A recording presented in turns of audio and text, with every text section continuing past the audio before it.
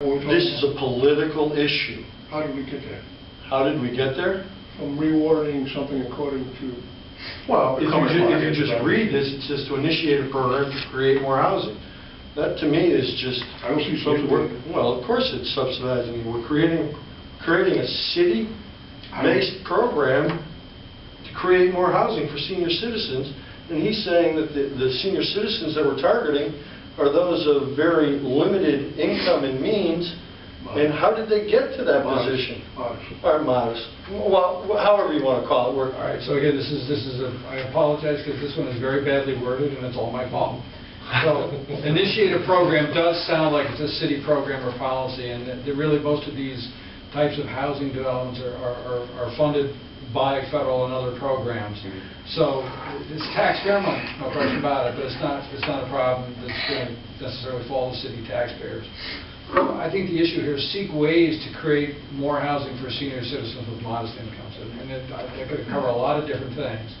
But I would suggest that it doesn't have to be in the plan, but I think it is going to be something which is going to be of greater and greater concern over time, and so just being aware of it is something I would urge us to consider. Again, if you're saying that it's a program that's going to be a federally subsidized program, why are we putting it in as an action step to whether it's initiate a program, however you want to state this?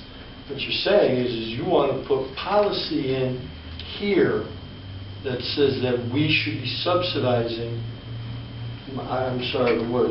I know low income wasn't a good wording before. Help me out, John. What was it? I don't see subsidizing in there. I just see Modest initiating income. a policy which is a long way from specifics. I agree.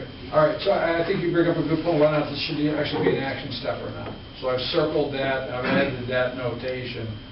Let me ponder this, and I think we'll come back to this in February, because at that point in time we have to make a decision which way we're going to go with this. And remember the survey. And I think the fact that it's listed in the action steps, again, that was what was most glaring to me.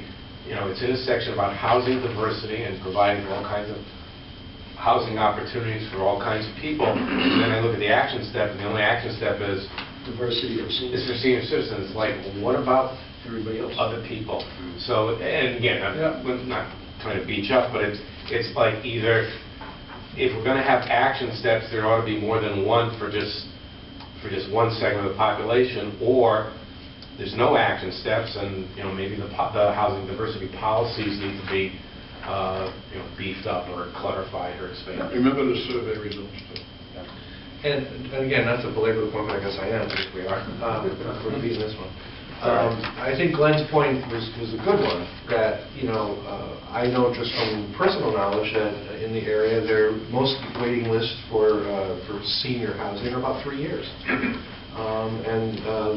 These folks are waiting for this housing.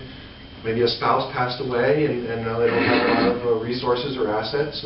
Mostly, a lot of us men tend to die earlier, and a lot of women are left on their own and don't have the resources possibly to have the housing that they need. And I think Glenn's point was that this is only going to continue to grow. This demographic is growing and growing by leaps and bounds, and we need to recognize the issue. So I agree 100% that it's an issue. yeah.